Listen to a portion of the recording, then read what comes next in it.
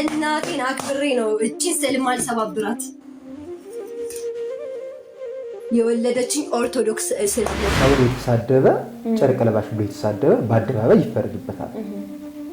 ደንቆሮ ብሎ የተሳደበ ደግሞ በገሃነም ይፈረድበታል የሚለው መጽሐፍ ቅዱስ መጀመሪያ ቢያነቡ አሁን እመቤታችንን መስደብ ይቅርና ክብሯን መናገር ራሱ አቅም የለም።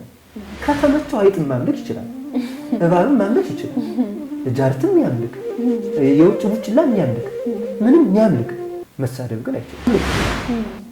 እንደፈለገ መሆን ይችላል፣ እንደፈለገ መሆን ራቁቱን መሄድ ይችላል። ግን ድንግል ማርያም መሳደብ አይችልም። እንኳን ድንግል ማርያም ይቅርና እኔ ራሱ መሳደብ አይችልም። ሰው የተሳደበ ያለው የመጽሐፍ ቅዱስ ቃል ይፈሳል።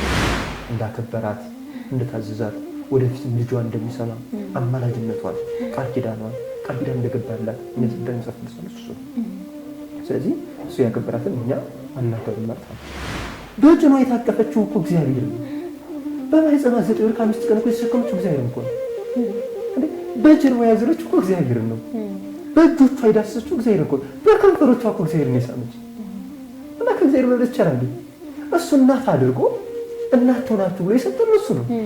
ከእመቤታችን ላይ አፋቸውን የሚከፍቱ ሰዎችን ባህሪ ነው የገለጸው። እንደው ወንድሞቻችን ከእመቤታችን ላይ ቢወርዱ ከተቋሟ ላይ ቢወርዱ የእሷን ፍቅር እኮ የምንገልጸው በእንባ ነው። ተዋት ጠይቁ። የእሷ ፍቅር በእኛ የሚገለጽ አይደለም። የእሷ ክብር በእኛ የሚገለጽ አይደለም።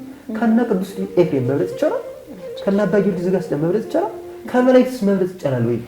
አምላክን ወልዳ የሰጠች አምላክን ያሳየች የሕይወት እንጀራን የሰጠች የሕይወት መጠጥን የሰጠች ብርሃን ክርስቶስን ያበራች ልብስ ክርስቶስን የለበስንባት ልብስ ክርስቶስ እየተሸመነባት የሸማኔ ጉድጓድ እኮ ነው የምትባለው።